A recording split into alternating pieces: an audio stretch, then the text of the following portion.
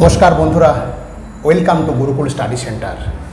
মাই dear student, আশা করি তোমরা প্রত্যেকেই ভালো আছো। তো আজকে যে জন্য বিশেষ এই ভিডিওটা, যে আগামীকাল থেকে পিএসসির ইলেকট্রিক্যালের ইন্টারভিউ স্টার্ট হচ্ছে এবং তার পরের দিন মেকানিক্যাল স্টার্ট হচ্ছে। কিন্তু এর সাথে সাথেও অন্ধকার দিকটাও আছে, যে আর্তনাদ। কিসের আর্তনাদ?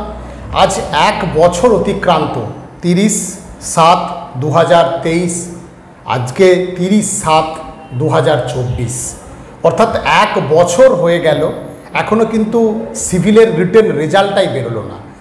তো বিভিন্ন তথ্য থেকে বিভিন্ন যা জানতে পেরেছিলাম তোমাদেরও জানিয়েছি।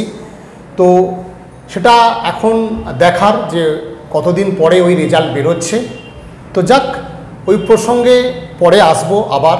কিন্তু আজকে যে মূল বিষয়টা, যে যারা একদম আমাদের এই গুরুকুল স্টাডি সেন্টার ইউটিউব চ্যানেলে নতুন, তাদেরকে বলবো যে আজকের যে ভিডিও তোমরা যারা দেখছো, এটা পিএসসি যে জুনিয়র ইঞ্জিনিয়ার এক্সাম হয়েছিল 2022-এ, 2022-এর নোটিফিকেশান অনুযায়ী পরীক্ষাটা হয়েছিল। তো তার রেজাল্ট, রিটেন রেজাল্ট বেরিয়েছে এবং সেই ইন্টারভিউ সংক্রান্ত আজকে এই তথ্য। তো বলে রাখি প্রসঙ্গক্রমে, যারা diploma pass civil, electrical, mechanical, যারা কোর টেকনিক্যাল বিষয়কে ভালোবাসো, তাদের জন্য রাজ্য সরকারের 3টে কোর টেকনিক্যাল এক্সাম হয়, পিএসসি, কেএমসি আর কেএমডিএ। তো সেই পিএসসি, কেএমসি, কেএমডিএর যে এক্সাম, সেটা কেএমসির অনেক দিন ধরেই খবর আসছে যে একটা ভ্যাকেন্সি বেরোবে। তো সেটা কবে এখনও আর ক্লিয়ার নয়। তো যাক, যারা এই টেকনিক্যাল সম্পর্কে পড়াশোনা করতে চাও, তাদের কিন্তু এই 3টে পরীক্ষা আছে। অনলি টেকনিক্যাল, সেখানে কোনো নন টেকনিক্যাল প্রশ্ন থাকে না। তো আজকে আমি সরাসরি যেটা যাব, যে ইলেকট্রিক্যালের ইন্টারভিউ স্টার্ট হচ্ছে। তো ইলেকট্রিক্যাল স্টুডেন্ট এবং পাশাপাশি যারা আগামী দিনে সিভিলেরও ইন্টারভিউ দেবে, যারা মেকানিক্যালেরও ইন্টারভিউ দেবে, সবার একটা কমন জিনিস আছে, হয়তো একাধিক ভিডিওতে আমি বলেছি। তো কালকের স্টুডেন্টদের জন্য আমাদের গুরুকুলের তরফ থেকে অ্যাডভান্স কনগ্র্যাচুলেশন, তোমরা ভালো করে ইন্টারভিউ দাও। আমাদেরও কালকে স্টুডেন্ট আছে, প্রথম হাফেই আছে, কয়েকজনের আছে। তো তাদেরকে বলবো যে তোমাদের মক ইন্টারভিউ আমরা অনেক দিন ধরে নিয়েছি, অনেকটা জিনিস তোমাদের শুধরে দিয়েছি, এবার বাকিটা তোমাকে মেনটেন করতে হবে। তো যদি ভিডিও দেখে থাকো বা যারা ভিডিও দেখছো, এই বিষয়গুলো আরেকবার আমি তুলে ধরছি, যে কোন বিষয়গুলো তোমাকে নজর দিতে হবে। বাড়িতে অন্তত এটা একবার বারবার প্র্যাকটিস করে করে নিজেকে তৈরি করো। কারণ দেখা গেছে কিছু কিছু ম্যানিয়া, যেগুলো তুমি পড়াশোনার সময়তে বলো, সেগুলো কিন্তু ইন্টারভিউ রুমেও হয়ে যায়। সেক্ষেত্রে পা নাড়ানো থেকে শুরু করে, হাত দিয়ে বোঝানো থেকে শুরু করে, এবং বিভিন্ন রকম শব্দ থেকে শুরু করে, সেগুলো কিন্তু হয়ে যায়। সেটা তুমি ইচ্ছে করে করো না, সেটা তোমার অজান্তেই এটা হয়ে যায়। তো আজকে আমি যে বিষয়টা আরেকবার বলে দিচ্ছি, তোমরা সেটা নজর রাখো এবং এই বিষয়গুলো আরেকবার ভালো করে নিজেকে ঝালিয়ে নিয়ে তাড়াতাড়ি তৈরি হয়ে যাও। তো প্রথমেই বলবো, আর এর সাথে সাথেও যে গুড নিউজটা, আমি একটা ভিডিও দিয়েছি, রেলের জেইর অ্যাড বেরিয়েছে। তো যেইটা একটা ছেলেদের কাছে বিরাট স্বপ্নের ব্যাপার। হ্যাঁ, হয়তো অনেক কম সিট, কিন্তু খুব ভালো খবর যে সিভিলের কিন্তু প্রচুর সিট আছে। কিন্তু সিভিলের ম্যাক্সিমাম স্টুডেন্ট, আবার নন টেকনিক্যালটা যেহেতু ক্লাসটা একটু কম করে ওরা, বা তোমরা যারা যারা আছো, আমি হয়তো ম্যাক্সিমাম স্টুডেন্ট হয়তো ভালো করতে পারে, কিন্তু দেখেছি আমি সিভিলের স্টুডেন্টরা তারা ন্যাচারালি টেকনিক্যালটাকে বেশি প্রেফার করে। তাই বলবো CBT 1 এবং CBT 2 দুটোই কিন্তু পড়তে হবে। তো সেই CBT 1 কিন্তু ফুললি নন টেকনিক্যাল, তোমাকে ম্যাথ, রিজনিং, জিকে, জিআই সেই ক্লাসগুলো কিন্তু করতে হবে। সেটার জন্য আমাদের গুরুকুলের অলরেডি অনেক দিন থেকে শুরু হয়ে গেছে, তো তোমরা যোগাযোগ করতে পারো। চলো, আজকের যে বিষয়টা আমি তুলে ধরবো, যে কোন জায়গাটা লাস্ট মুহূর্তে ইন্টারভিউয়ের কোন জায়গাটা দেখা উচিত, এবং যারা এখনও পর্যন্ত সিভিলের ক্ষেত্রে মনে করছো যে স্যার আমার 90-95 আছে বা 100 আছে, আমি কি পাবো না, তো তাদেরও একদম ভেঙে পড়ার কারণ নেই। কারণ যেভাবে কাট অফ ইলেকট্রিক্যাল এবং মেকানিক্যালের নেমেছে, তাতে কিন্তু সিভিলের অনেক আশাই কিন্তু আসছে, যে সেক্ষেত্রে 99-এর ঘরেও যে কাট অফ নেমে যেতে পারে, এই নিয়ে কোনো কিন্তু দ্বিধা নেই। তো চলো, তারাও কিন্তু না আশা হারিয়ে তারা কিন্তু এই জিনিসগুলো একটু নজর রাখতে পারো, ঠিক আছে? তো আমি প্রথমেই বলবো যে এত স্টুডেন্ট যারা মক ইন্টারভিউ দিলে, সবাইকেই বলছি, কয়েকশো স্টুডেন্ট যারা মক ইন্টারভিউ দিয়েছো, তাদের ক্ষেত্রে কিন্তু দেখা যাচ্ছে 30 থেকে 40% স্টুডেন্ট কিন্তু ইন্ট্রোডাকশানটা খুব ভালো দিচ্ছ, সবাই রিটেন পাস করেছো, কিন্তু যখন কথা বলছো তখন কিন্তু অনেকটাই সমস্যা আছে। তাই আমি বলবো ইন্ট্রোডাকশানটা ভালো করে তৈরি করো। সেক্ষেত্রে অনেক সমস্যা আছে, কেউ নিজের নাম বাবার নাম বলছো, নিজের নাম বলে সরাসরি ক্লাসে কবে মাধ্যমিক উচ্চ মাধ্যমিক সেসব বলতে বাবার নাম মায়ের নাম বলছো না, এরকম যেমন স্টুডেন্ট আছে সেরকম এরকমও স্টুডেন্ট আছে যে যারা রিসেন্ট পাস আউট তারা কিন্তু তাদের কলেজ এবং ডিপার্টমেন্টটা অবশ্যই উল্লেখ করো।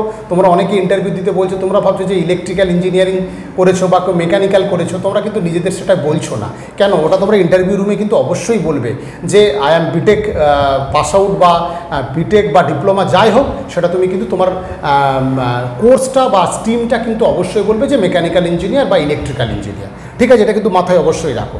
তো সেরকমভাবে একটা সুন্দর ইন্ট্রোডাকশান, বারবার বলছি ইন্ট্রোডাকশানটার উপর ডিপেন্ড করেই কিন্তু তোমার কোশ্চেন আনসারটা ডিপেন্ড করে, ঠিক আছে। ইন্ট্রোডাকশানটা খুব ভালো করে তৈরি করো। এবার প্রথমেই প্রশ্ন যদি এরকম করে, ইন্ট্রোডাকশানটা হওয়ার পরেই তোমাকে তোমার মানে নন টেকনিক্যাল কিছু কোশ্চেন হয়তো হবে, ডিপ্লোম্যাটিক কোশ্চেন, যে তুমি কেন এই পিএসসিতেই আসতে চাইছো বা পিএসসি জব তুমি কেন করতে চাইছো বা তোমাকে আমরা কেন জবটা দেব, এই ধরনের কিছু কোশ্চেন তোমাকে কিন্তু তৈরি করতে হবে এবং উত্তরগুলো সাদামাটা যাতে না হয়, কারণ 15 থেকে 20 মিনিট ম্যাক্সিমাম টাইম, এইটুকু টাইমের মধ্যে সুন্দরভাবে গুছিয়ে বলাটা কিন্তু অভ্যাস করতে হবে, ঠিক আছে। এই বিষয়টা যে কেন তুমি এখানে আসতে চাইছো। এবার ন্যাচারালি আমি দেখলাম যে প্রচুর ছেলে যারা ফিল আপ চয়েস আমাদের এখানেও দিয়েছো বা তোমরা যারা করেছো পিডব্লিউডি পিএইচই ইরিগেশন সব যে যেটা দিয়েছো, তো তোমাকে কোশ্চেন করতেই পারে যে তুমি অনলি পিএইচিতে কেন আসতে চাইলে না বা ইরিগেশনে কেন আসতে চাইছে না, শুধুমাত্র পিডব্লিউডিতেই কেন আসতে চাইছো। উত্তর কিন্তু সবাই দেবে, সেটা বারবার বলছি, তোমার উত্তরটা যেন অন্যদের থেকে একটু আলাদা হয়, তবে তোমাকে আলাদা করে এলিমিনেটটা করা যাবে। তো এই বিষয়টা কিন্তু মাথায় রাখো।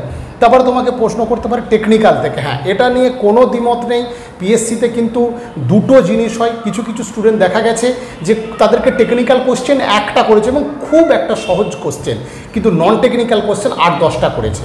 আবার কোনো কোনো ক্ষেত্রে স্টুডেন্টকে দেখা গেছে তাকে একটাও নন টেকনিক্যাল কোশ্চেন করে না, সমস্তটাই টেকনিক্যাল কোশ্চেন করেছে, তো সেটা একটু লাকের ব্যাপার আছে। তো আমি বলবো টেকনিক্যাল কোশ্চেন হ্যাঁ ম্যাক্সিমামটা 50-50 চান্স তোমাকে ধরবেই, একদম এরকমই। তো টেকনিক্যাল বিষয়টা কিন্তু বেসিক যে টেকনিক্যাল জিনিসগুলো কিন্তু ভালো করে নজর রেখো।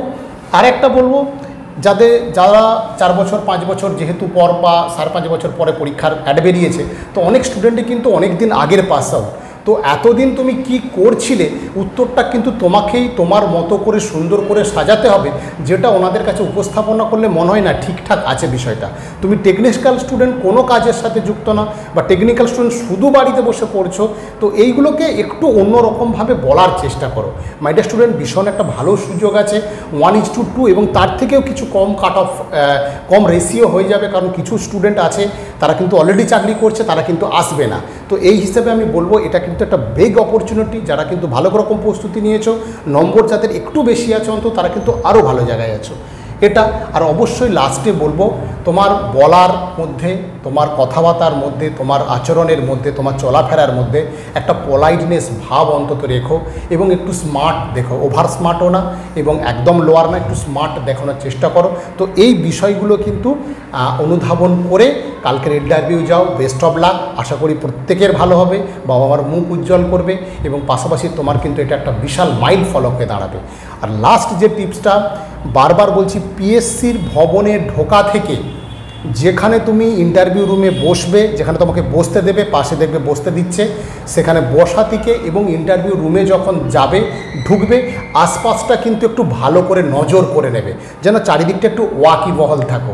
আর মোস্ট ইম্পর্টেন্ট যেটা বলবো, কালকে যাওয়ার সময় বা যদি কারো সম্ভব নয় অন্তত রাস্তা থেকে হলেও একটা নিউজ পেপার কিন্তু অবশ্যই কিনে নেবে, সেটা বর্তমান এবং আনন্দবাজার, যে কোনো যে সে এই সময় না কি আছে সেগুলো, যে কোনো অন্তত 2টো নিউজ পেপার কিনে নিয়ে হেডিংগুলো একটু ভালো করে নজর দিয়ে যাবে।